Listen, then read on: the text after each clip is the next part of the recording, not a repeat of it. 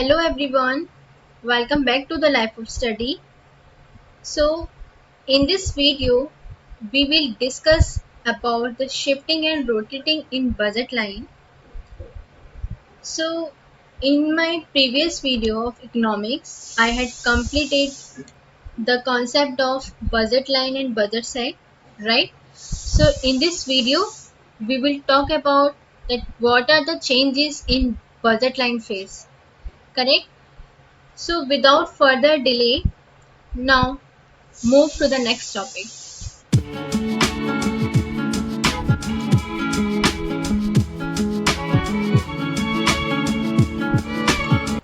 Hey guys, so the today's topic is shifting and rotating in budget line. Firstly, we will discuss that what is shifting in budget line phase, right? So guys, अब बात करते हैं कि जो budget line है, budget line कैसे shift होती है. एक्चुअली बजट लाइन को शिफ्ट करने के लिए भी टू वे है. या तो वो फॉरवर्ड शिफ्ट होगी या वो बैकवर्ड शिफ्ट होती है, राइट? तो पहले बात करते हैं कि बजट लाइन फॉरवर्ड शिफ्ट कैसे होती है. तो the first point is budget line shifts forward when income of the consumer increases and the price of both the goods are constant. इसके लिए एक assumption है कि अगर हमारी कंज्यूमर की इनकम बढ़ती है, ठीक है, अगर हमारी कंज्यूमर की इनकम बढ़ती है तो जो दोनों गुड्स के प्राइस होंगे वो कांस्टेंट रहेंगे, वो सेम रहेंगे. यानी कि अगर हमारी कंज्यूमर की इनकम इंक्रीज हो रही है बट हमारे जो गुड्स के प्राइस हैं वो सेम ही रहेंगे, उसमें कोई भी चेंज नहीं आएगा, राइट? सो तभी हमारी बजट लाइन क्या हो जाएगी, फॉरवर्ड शिफ्ट हो जाएगी. ठीक है, इसको हम एक एग्जाम्पल की हेल्प से समझते हैं, राइट? जैसे मैंने इस प्रीवियस वीडियो में इकोनॉमिक्स की एग्जाम्पल लिया था चॉकलेट का, ठीक है, तो वही एग्जाम्पल इसमें भी चलेगा क्योंकि अगर चेंज करना इसमें सही नहीं है एग्जाम्पल को, राइट? सो हमने क्या बताया था उस चॉकलेट में, उस एग्जाम्पल में, कि अगर डेयरी मिल्क की चॉकलेट वो 20 रुपीज़ की आ रही है मार्केट में, ठीक है, एज इट इज़ 5 स्टार की भी 20 रुपीज़ की आ रही है मार्केट में, क्लियर? और आपके पास जो पॉकेट मनी आपको आपके पेरेंट्स से मिली थी, ठीक है, दैट डे, तो वो कितनी थी, 20 रुपीज़ थी. ठीक है, आपके पास इनकम कितनी थी, ओनली टू ओनली 20 रुपीज़ आपको अपने पेरेंट्स से मिली थी. ठीक है, अब आज क्या हुआ, आपको 10 रुपीज़ एक्स्ट्रा मिले. ठीक है, समझ लीजिए आपके पास 20 रुपीज़ तो पहले से ऑलरेडी हैं, ठीक है, आपको 10 रुपीज़ और एक्स्ट्रा मिले. या फिर ऐसे समझते हैं कि वो तो उस दिन की इनकम थी 20 रुपीज़, बट आज आपको 30 रुपीज़ मिले हैं. यानी कि 20 से सीधे 30 मिले, आपको 10 रुपीज़ एक्स्ट्रा मिले हैं. क्लियर? सो अब इस टॉपिक पे बात करते हैं कि ओल्ड इनकम हमारी कितनी है, ₹20, और न्यू इनकम जो हमें आज मिली है वो कितनी है, 30. ये उस दिन की इनकम है और ये हमें इनकम आज मिली है. ठीक है, सो गाइस आप देखिए कि हमारी बजट लाइन शिफ्ट फॉरवर्ड कैसे होती है, जब कंज्यूमर की इनकम बढ़ रही होती है, इंक्रीज हो रही होती है, राइट? बट हमारे जो गुड्स के प्राइस हैं, जो हम परचेज करते हैं गुड्स को, जो दो गुड्स हम परचेज कर रहे हैं वो हमारे सेम है. यानी कि डेयरी मिल्क और 5 स्टार चॉकलेट वो अभी भी 10 रुपीज़ की ही मार्केट में आ रही है. ठीक है, उसमें चेंज नहीं हुआ है, बस आपकी इनकम चेंज हुई है. वो कितनी हुई है, 30 रुपीज़, जो हमारी पहले थी 20. क्लियर? सो ये है हमारा ओल्ड डायग्राम कि जब हमारी इनकम कितनी है, 20 रुपीज़ है. ठीक है, और ये हमारा गुड बाई है. गुड बाई हमने पहले क्या माना था, 5 स्टार चॉकलेट, और गुड एक्स हमने क्या माना था, डेयरी मिल्क चॉकलेट. क्लियर? देखिए इसमें कुछ भी चेंज नहीं आ रहा है, वो 10 रुपये की पहले भी आ रही थी और आज भी आ रही है. ठीक है, बट हुआ क्या है कि अभी जो इनकम थी हमारी पहली वाली वो कितनी थी, 20 रुपीज़ थी. बट अब इस वाले ग्राफ की बात करते हैं तो इसमें देखिए हमारे जो गुड के प्राइस हैं दोनों गुड्स के, ठीक है, वो कितने हैं, 10-10 रुपीज़. क्लियर? यानी कि हमारे गुड्स में कोई भी चेंज नहीं है. बट अब देखिए ये वाली इनकम तो हमारी ओल्ड इनकम है, 20 रुपीज़. ठीक है, लेकिन ये वाली इनकम हमको आज मिली है कितनी, 30 रुपीज़. तो हुआ क्या, ये तो ग्राफ हमारा बिल्कुल बिल्कुल सेम है, इसी की तरह ये ग्राफ है. यहाँ तक देखें आप, इस वाली लाइन तक देखें, इस वाले बजट तक देखें, तो हमारा बजट अभी कितना बैठ रहा है, केवल 20 रुपीज़, ठीक है, इस वाली लाइन तक। लेकिन आज हमारी इनकम क्या हुई, ज़्यादा हो गई, ठीक है, 10 रुपीज़ ज़्यादा हमको मिली अपने पेरेंट्स से पॉकेट मनी। तो क्या करेंगे, ये हमारी भी थिंकिंग है और आप लोग भी ऐसा करते होंगे। अगर आपके पास मनी ज़्यादा है तो यानी आप सोचते हैं कि मार्केट में निकले हैं, पैसे ज़्यादा हैं, तो थोड़ा सा हम और चीज़ परचेज कर लेते हैं, ठीक है। तो वही हुआ कि जब हमारी इनकम बढ़ गई तो हम क्या करेंगे, हमारी इनकम बढ़ गई तो हमारी जो बजट लाइन है वो क्या होगी, आगे की ओर शिफ्ट हो जाएगी, यानी फॉरवर्ड शिफ्ट हो जाएगी वो। तो तभी ये जो स्लोप बना हमारा वो क्या हुआ, budget line shift forward. When the consumer income increases but prices of both the goods, good X and Y, are remain constant. Clear? So यही है बजट लाइन शिफ्ट फॉरवर्ड का कॉन्सेप्ट। क्लियर हुआ आपको? अच्छा, अब बात करते हैं, जब बजट लाइन हमारी फॉरवर्ड शिफ्ट होती है तो बजट लाइन हमारी बैकवर्ड भी शिफ्ट होती है, ठीक है। तो सेकंड पॉइंट है budget line shifts backward.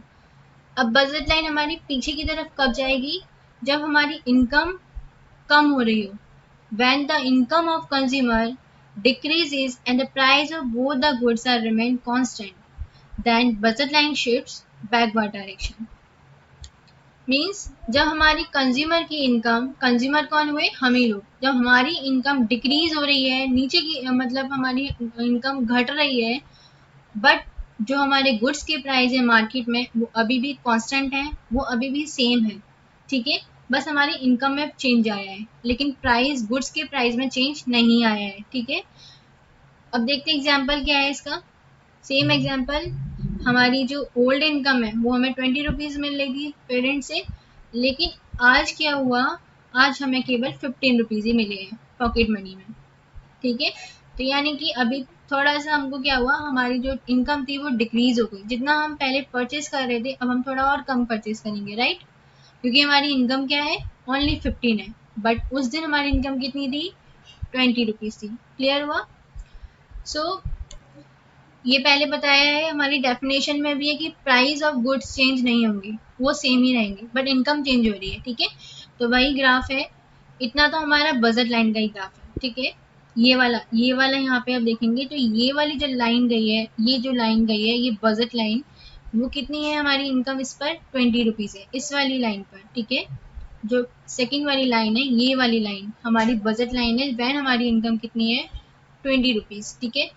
But आज हमको कितने रुपीज़ मिले हैं, ओनली 15 रुपीज़ मिले हैं।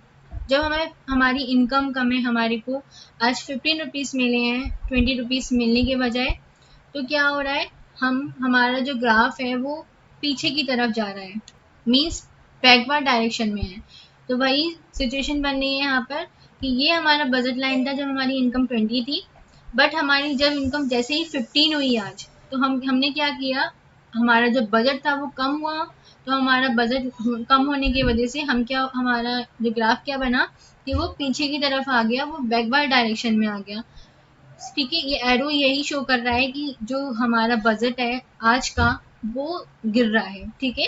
इन सिंपल लैंग्वेज में हमारा बजट आज का कम हो रहा है क्योंकि हमारी इनकम आज कम है, इस वजह से ये डायरेक्शन, ये जो लाइन शो हो रही है बजट लाइन की, तो वो आज कितनी है हमारी इनकम, 15 रुपीज़, ठीक है। तो इसी वजह से जो हमारा स्लोप है वो आज बैकवर्ड डायरेक्शन में बना है, ठीक है। तो budget line shows backward direction also. Clear? when income of the consumers decrease and the price of both the goods, good X and Y, are remain constant, then the budget line slopes backward direction. Clear? So ये थी shifting in budget line, ठीक है। Budget line कैसे shift होती है, या तो वो फॉरवर्ड डायरेक्शन में शिफ्ट होगी या वो बैकवर्ड डायरेक्शन में शिफ्ट होगी। सो नाउ अब जो टॉपिक है वो क्या है, रोटेटिंग इन बजट लाइन, ठीक है। जैसे शिफ्टिंग थी बजट लाइन में कि वो आगे की तरफ जा रही है और पीछे की तरफ, ऐसी ही रोटेटिंग है बजट लाइन में, ठीक है। तो देखते हैं वो क्या है। So the next topic is rotating in budget line. Shifting in budget line क्या कहती है, या तो हमारी बजट लाइन फॉरवर्ड शिफ्ट होगी या बैकवर्ड शिफ्ट होगी, बट रोटेटिंग में क्या होगा, हमारी बजट लाइन या तो राइट की तरफ रोटेट होगी या लेफ्ट की तरफ रोटेट होगी। तो पहले बात करते हैं कि budget line rotates to the right, ठीक है। जब हमारी लाइन अगर राइट की तरफ शिफ्ट हो रही है तो वो कैसे होगी? When the prices of good X or good Y falls and income of the consumers remains constant. जो शिफ्टिंग में डेफिनेशन क्या थी कि हमारी इनकम तो बढ़ रही है और घट रही है, ठीक है, इंक्रीज हो रही है और डिक्रीज हो रही है, लेकिन हमारे गुड्स के प्राइस, दोनों गुड्स के प्राइस सेम है। बट रोटेटिंग में क्या है कि हमारी इनकम तो कांस्टेंट है, ठीक है, उसमें चेंज नहीं आ रहा है। जो हमें पहले जो इनकम थी हमारी 20 रुपीज़ वही है वो, ठीक है, लेकिन यहाँ चेंज किस में आ रहा है? गुड्स के प्राइस में चेंज आ रहा है। जो चॉकलेट है हमारी डेयरी मिल्क और 5 स्टार मार्केट में, उसके प्राइस में चेंज आ रहा है, ठीक है, या तो वो कम हो रहे हैं या ज़्यादा हो रहे हैं, ऐसे समझते हैं, ठीक है। तो हमारी जो लाइन है बजट लाइन, वो राइट की तरफ रोटेट कब होगी? या तो हमारे गुड एक्स के प्राइस या गुड वाई के प्राइस, यहाँ पर एक ही गुड्स की बात होगी एक ही समय पर। एक संग नहीं बोलेंगे कि हमारे गुड एक्स के प्राइस भी कम हो गए और गुड वाई के भी कम हो गए, नहीं, या तो गुड एक्स के प्राइस कम होंगे, ठीक है, या तो डेयरी मिल्क चॉकलेट जो प्राइस हमें मिल रहे हैं, हमें 10 रुपीज़ की मिल रही है, या तो वो कम होगी 5 रुपीज़ की हो जाएगी, या 5 स्टार के प्राइस कम होंगे, एक संग नहीं होंगे, राइट, इसको आप समझिएगा, ठीक है। तो या तो वो उस एक गुड्स के प्राइस कम होंगे या दूसरे गुड्स के प्राइस होंगे, दोनों गुड्स के सेम नहीं होंगे, ठीक है। तो समझते हैं इसमें कि अगर हमारे एक गुड्स के प्राइस कम होंगे तो जो दूसरा वाला गुड्स है वो भी कांस्टेंट ही रहेगा, उसमें चेंज नहीं आएगा। जब हमारी इनकम कांस्टेंट है तो वो दूसरे वाले जो गुड्स है यानी 5 स्टार जो है वो उसके प्राइस सेम ही रहेंगे, वो भी 10 रुपीज़ ही रहेंगे। बट होगा क्या, हमारे जो गुड एग्स हैं डेयरी मिल्क चॉकलेट उसके प्राइस कम हो गए हैं, ठीक है। इस एग्जांपल लेते हैं कि जो हमारी डेयरी मिल्क चॉकलेट है वो जब 10 रुपीज़ की आ रही थी, अब वो 5 रुपीज़ की आ रही है। और जो गुड वाई क्या माना था? 5 स्टार चॉकलेट, वो अभी 10 रुपीज़ की ही आ रही है, उसमें चेंज नहीं हुआ है, ठीक है। और दूसरी हमारी इनकम में भी चेंज नहीं हुआ है, ओके। सो फर्स्ट एग्जांपल है, if price of good eggs decreases. हमारे जो प्राइस हैं पहले वाली गुड्स के, फर्स्ट गुड के प्राइस हैं गुड एग्स के, वो अगर हमारे फॉल हो रहे हैं, कम हो रहे हैं, यानी कम हो गए, तो क्या होगा? जो गुड वाई है उसके प्राइस कांस्टेंट रहेंगे, ये कांस्टेंट का साइन होता है, क्लियर। कांस्टेंट का साइन होता है ये कि हमारे प्राइस जो दूसरे गुड्स हैं उसके प्राइस अभी वही वैसे की वैसी ही हैं और हमारी इनकम भी क्या है? कांस्टेंट है, क्लियर। इसका इसका ग्राफ देखते हैं। सो ये है ग्राफ कि जब हमारे गुड वन के प्राइस, गुड एक्स के प्राइस फॉल हो रहे हैं और हमारे दूसरे वाले गुड्स के प्राइस में कोई चेंज नहीं आ रहा है और हमारी इनकम में भी कोई चेंज नहीं आ रहा है, ठीक है। तो देखते हैं, जो गुड वाई है 5 स्टार चॉकलेट जो है वो अभी भी 10 रुपीज़ की आ रही है मार्केट में, बट डेयरी मिल्क के प्राइस कम हो गए, 10 की बजाय अब हमें वो 5 रुपीज़ की मिल रही है, मीन्स थोड़ी सस्ती मिल रही है, ठीक है। लेकिन हमारी इनकम में कोई चेंज नहीं आएगा, इस वाले रोटेट में कोई भी चेंज नहीं आएगा, ठीक है। जब बजट लाइन रोटेट करती है तो उसमें इनकम में चेंज नहीं आएगा, तो इनकम हमारी 20 पहले मिल रही थी वही है। बट जैसे ही हमारे प्राइस कम हुए गुड एक्स के, तो क्या करेंगे हम गुड एक्स पे मूव कर जाएंगे, यानी अब जो बजट लाइन है वो हमारी राइट की तरफ शिफ्ट हो जाएगी कि हम अब जो गुड एक्स को हम ज़्यादा परचेज करने लग जाएंगे क्योंकि उसकी प्राइस कम है इस बार, ठीक है। इस वजह से हम गुड एक्स को यानी डेयरी मिल्क चॉकलेट को हम ज़्यादा परचेज करेंगे in comparison to 5 star chocolate, clear. तो ये जो बजट लाइन है वो क्या हो गई? रोटेट हो गई किसकी तरफ? राइट की तरफ, ठीक है। ये पॉइंट जरूर मिलेगा बिकॉज जब हम रोटेट कराते हैं तो ये एक पॉइंट मिलता है जरूर है। ये हमारी बजट लाइन थी जब हमारी इनकम 20 थी और हमारे गुड एक्स के प्राइस भी सेम थे, यानी 10 थे दोनों गुड्स के। जैसे ही हमारे गुड एक्स के प्राइस 5 हुए, हमारी जो लाइन थी बजट लाइन वो क्या हो गई? राइट की तरफ रोटेट हो गई, ठीक है। बस थोड़ा सा ये मूव हुआ है और कुछ नहीं हुआ है इसमें। शिफ्टिंग और रोटेटिंग में यही डिफरेंस है, क्लियर। सेकेंड एग्जाम्पल क्या है कि अगर हमारे गुड्स जैसे प्राइस ऑफ एक्स हमारे कम हो रहे थे, अब हमारे जो सेकेंड जो गुड है उसके प्राइस कम हो रहे हैं, उसके प्राइस कम होंगे तो क्या होगा? जो हमारा पहला वाला गुड है वो कांस्टेंट रहेगा और हमारी इनकम कांस्टेंट रहेगी, बस जो सेकंड गुड है उसके प्राइस हमारे फॉल हो रहे हैं, ठीक है। तो ये है हमारा गुड एक्स क्या है? डेयरी मिल्क जिसकी अभी भी 10 रुपीज़ की मिल रही है हमें, हमारी इनकम भी सेम है 20 रुपीज़, बट हमारे प्राइस जो हैं वो अब 10 से क्या हो गए? 5 हो गए, किसकी? सेकंड गुड्स की। सेकंड गुड्स क्या? 5 स्टार के, ठीक है। जैसे ही हमारे प्राइस कम हुए तो ये यहाँ से पॉइंट मिलना शुरू होगा, क्योंकि ये गुड बाय की बात हो रही है, ठीक है। तो यहाँ से पॉइंट मिलेगा और ये राइट की तरफ क्या हो जाएगा, मूव हो जाएगा, ठीक है, राइट की तरफ रोटेट हो गया। तो इसी वजह से हमारे किस वजह से हुआ, क्योंकि इसके गुड बाई के प्राइस क्या हो रहे हैं, कम हो रहे हैं। व्हेन आर जो हमारी इनकम है वो हमारी कांस्टेंट है, और जो गुड एक्स है वो भी हमारा क्या है, कांस्टेंट है। ओके, ये तो बात हुई कि बजट लाइन हमारी राइट की तरफ कब रोटेट होती है। अब बात करते हैं हमारी बजट लाइन लेफ्ट की तरफ कब रोटेट होती है। So when does budget line rotate to the left direction. So कब होती है, when the prices of good X or good Y rises and the income of the consumer remains constant. Same case है, बस यहाँ क्या हो रहा है, जो गुड Y है और गुड X के प्राइस हैं वो बढ़ रहे हैं, और जो हमारी कंज्यूमर की इनकम है वो क्या है, रिमेन कांस्टेंट, यानी वो क्या है, सेम ही है, ठीक है।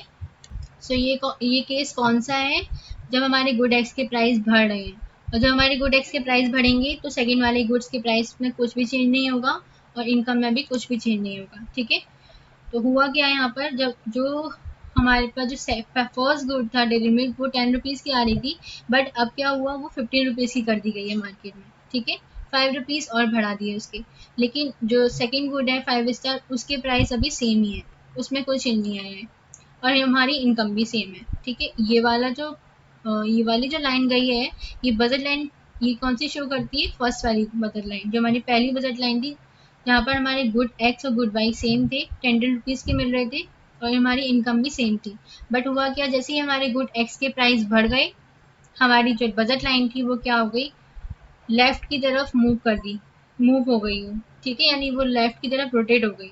ये पॉइंट एक मिल रहा है, यहाँ से वो लेफ्ट की तरफ रोटेट हो गई, और ये एरो यही शो कर रहा है कि हमारी जो बजट लाइन है वो अब क्या हुआ है, लेफ्ट की तरफ, लेफ्ट वार डायरेक्शन में वो चली गई, ठीक है।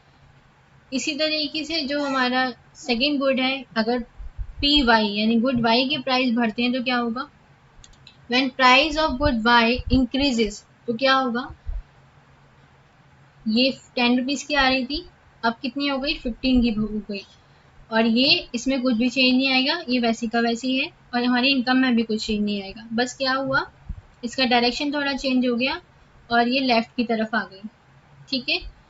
सो यही कॉन्सेप्ट है रोटेटिंग और शिफ्टिंग का इन बजट लाइन। एक लास्ट कॉन्सेप्ट और है इस वीडियो का, वो है कि जो कंज्यूमर इक्विलिब्रियम है उसकी कुछ कंडीशंस हैं, तो उस कंडीशंस को भी इस वीडियो में कंप्लीट करते हैं, right. So the next topic is conditions of consumer equilibrium. ये जो पहला वाला ग्राफ है वो ये शो करता है कि हमारा बजट लाइन क्या है, और दूसरा वाला आईसी क्या है। ये दोनों क्लियर है आपको, बजट लाइन ये प्रीवियस वीडियो में है, और आईसी भी उससे प्रीवियस वाली वीडियो में है, क्लियर। ये तो दोनों ग्राफ इसलिए इस वीडियो में, इस टॉपिक में बताया है, क्योंकि जब हम इस दोनों चीज़ों को मिला देंगे, ठीक है, इन दोनों चीज़ों को, इन दोनों बजट लाइन और इंडिफरेंस कर्व को अगर हम जोड़ देंगे, ऐड कर देंगे, ठीक है, तो उससे क्या बन जाएगा, हमें एक इक्विलिब्रियम पॉइंट मिलेगा, ठीक है।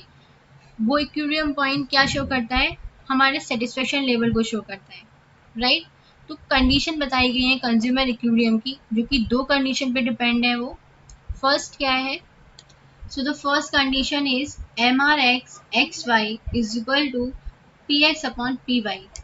इसका मतलब क्या है, जो हमारा आईसी का स्लोप है, इंडिफरेंस कर्व का स्लोप है, वो हमारे प्राइस लाइन की क्या है, बराबर है, यानी जो आईसी का स्लोप है वो हमारी प्राइस लाइन के स्लोप के बराबर है, ठीक है। एमआरएस किसको शो करता है, आईसी को, ठीक है। एमआरएस क्या होता है वैसे, एमआरएस भी मैंने आपको बताया था, एमआरएस का मीन्स है marginal rate of substitution, right. When the consumer is willing to substitute one good for the other, right, उसी रेट को बोलते हैं एमआरएस। मीन्स जब हम कंज्यूमर एक गुड्स को दूसरे गुड्स के लिए सब्सटीट्यूट करते हैं, ठीक है। जैसे मैंने एग्जांपल भी लिया था टी एंड कॉफ़ी का, वो देखिएगा वीडियो आप, उस वीडियो में एमआरएस भी है। मार्जिन रेट ऑफ सब्सटीट्यूशन क्या होता है, एक ऐसा रेट है जब कंज्यूमर एक गुड्स को परचेज करने के लिए दूसरे गुड्स को सब्सटीट्यूट करता है, उस उस रेट को बोलते हैं marginal rate of substitution of good X and Y. ठीक है, तो ये आईसी स्लोप जो है वो इसको शो करती है एमआरएस को, जो कि किसके बराबर है, हमारे दोनों गुड्स की प्राइस लाइन के स्लोप के बराबर है। ठीक है, पहली कंडीशन तो ये बताती है। और दूसरी कंडीशन क्या है, जो हमारी इंडिफरेंस कर्व का स्लोप है वो हमेशा कॉन्वेक्स बनता है, कॉन्वेक्स टू द ओरिजिन होता है, राइट, यानी वो कॉन्वेक्स शेप लेता है। क्लियर। सो अभी बताइए कि जो कॉन्वेक्स शेप है, आईसी का जो कॉन्वेक्स शेप बनना वो किस वजह से बनता है। वो इस वजह से बनता है जैसे ही हम अपनी कर्व को शिफ्ट करेंगे, यानी हम लेफ्ट से राइट मूव हो जाएंगे, नॉट शिफ्ट, लेफ्ट से राइट मूव हो जाएंगे हम, ठीक है, अपनी कर्व में, तो जो हमारा एमआरएस है वो क्या हो जाएगा, डिक्लाइन होना शुरू हो जाएगा, डिक्रीज होना शुरू हो जाएगा। इसी की वजह से जो आईसी है वो कॉन्वेक्स शेप ले लेता है। ठीक है, तो ये दो कंडीशन है। ओके, क्या शो कर रहा है, हमारे कंज्यूमर इक्विलिब्रियम की कंडीशन को। ये हमारी बजट लाइन है, ठीक है, ये हमारी बजट लाइन गई है, और ये क्या है, ये हमारी आईसी है, ये हमारा आईसी कर्व है, इंडिफरेंस कर्व है। ये जो पॉइंट यहाँ पर मीट हो रहा है उसी को बोलेंगे, ई पॉइंट जो है उसी को बोलेंगे इक्विलिब्रियम, यानी कंज्यूमर अब यहाँ पर आके क्या हो जाएगा, रुक जाएगा। क्यों, क्योंकि उसको पूरा सेटिस्फेक्शन मिल रहा है अपने गुड्स को कंज्यूम करने से, फुल सेटिस्फेक्शन उसको गेन हो रहा है, इस वजह से उसका इक्विलिब्रियम पॉइंट यहाँ पर मीट कर जाएगा, राइट। ये गुड वाई हो गया और ये क्या हो गया, गुड एक्स। ठीक है, तो यहाँ पर क्या हो जाएगा, कंज्यूमर स्टॉप हो जाएगा। अब एक चीज और आ जाती है कि अगर यही शेप कॉन्वेक्स नहीं बनाती है आईसी, तो क्या होगा, कुछ नहीं होगा, बस थोड़ा सा सेटिस्फेक्शन लेवल कंज्यूमर का गिर जाएगा और कुछ नहीं होगा, राइट। ये है उसका डायग्राम, अगर हमारी आईसी शेप कॉन्वेक्स नहीं बनती है तो। ये तो हमारा IC1 है, जो फर्स्ट वाले ग्राफ में था IC1, यहाँ हमें इक्विलिब्रियम पॉइंट मिल रहा है, यानी कंज्यूमर यहाँ पे आके उसको फुल सेटिस्फेक्शन मिल रहा है तो वो स्टॉप हो जाएगा। बट अगर उसका कॉन्वेक्स शेप नहीं बना रहा है तो वो क्या करेगा, क्या होगा उसका, इस तरीके से सेकेंड आईसी बनेगी। ठीक है, ये सेकेंड आईसी है, एक पॉइंट यहाँ मीट हो रहा है और एक पॉइंट यहाँ मीट हो रहा है। क्या इस पॉइंट पर उसे कोई भी इक्विलिब्रियम पॉइंट मिल रहा है, नहीं, उसको इस पॉइंट पे कोई भी इक्विलिब्रियम पॉइंट नहीं मिल रहा है, उसको कहाँ मिल रहा था, केवल और केवल IC1 पर मिल रहा था। ठीक है, तो यहाँ पर आप देख सकते हैं आईसी जो है वो हमारी राइट की तरफ शिफ्ट हो रही है। ठीक है, ये इस तरीके से जा रही है, राइट की तरफ शिफ्ट हो रही है, इसी वजह से जो इसका जो स्लोप है वो डाउनवर्ड डायरेक्शन में भी होता है, इसको हम बोलते हैं डाउनवर्ड डायरेक्शन में जा रहा है आईसी, राइट, बिकॉज क्या हो रहा है कि ये राइट की तरफ शिफ्ट हो रही है इस वजह से। और एक चीज़ और आप नोट करिए, जो हमारा IC1 है वो IC2 से ज़्यादा है, क्योंकि हमें इस पर सेटिस्फेक्शन जो है वो फुल मिल रहा है। IC1 हमारा IC2 से ज़्यादा इसी वजह से है, क्योंकि इस IC1 पर हमें इक्विलिब्रियम पॉइंट मिल रहा है, जिससे हमारा सेटिस्फेक्शन पूरा मिल रहा है, हमको पूरा गेन हो रहा है हमको। ठीक है, सो देखिए, क्योंकि जो हमारे पास जो गुड्स थे, गुड एक्स एंड वाई, वो कितने थे, 10 रुपीज़ के थे। ठीक है, हमारी इनकम 20 थी, हम पूरी उस गुड्स पर स्पेंड कर सकते थे अपनी इनकम, 20 रुपीज़ हम उस गुड्स पे लगा देंगे, तो हमें क्या होगा, जो, अगर देखिए बात दोनों पे सेम आएगी, अगर हम IC1 की बात करें तो उस पर भी अगर हम 20 रुपीज़ स्पेंड कर रहे हैं और इस पर भी स्पेंड कर रहे हैं हम, ठीक है, सेम है, इनकम सेम है इस वजह से, लेकिन हमें जो मैक्सिमम हमें सेटिस्फेक्शन मिल रहा है वो हमें पहली वाली आईसी पर ही मिल रहा है, IC1 पर। ठीक है, तो इसी मारे जो कंज्यूमर होगा वो यहाँ पर क्या हो जाएगा, स्टॉप कर देंगे वो अपने गुड्स को परचेज कंज्यूम करना, बिकॉज उस पर यहाँ पर सेटिस्फेक्शन उसको फुल मिल रहा है, राइट, वो IC2 पर जाएंगे ही नहीं। क्लियर। इसी वजह से जो आईसी का स्लोप है वो कॉन्वेक्स टू द ओरिजिन बनता है, तो यही कारण है जिससे हमारा सेटिस्फेक्शन पूरा मिल रहा है। क्लियर। ओके, सो गाइस, तो this topic has finished right now. इस वीडियो में हमने शिफ्टिंग एंड रोटेटिंग की बात करी कि बजट लाइन में हम शिफ्टिंग और रोटेटिंग कैसे होती है। ओके, और इसी के साथ जो हमारा चैप्टर नंबर 4 था, consumer equilibrium in terms of indifference curve, वो भी हमारा फिनिश्ड हुआ, राइट। इसकी नेक्स्ट वीडियो में हम चैप्टर नंबर 5 की बात करेंगे, that is theory of demand, and it is very interesting topic, right. So guys, thank you so much for watching this. Thanks a lot.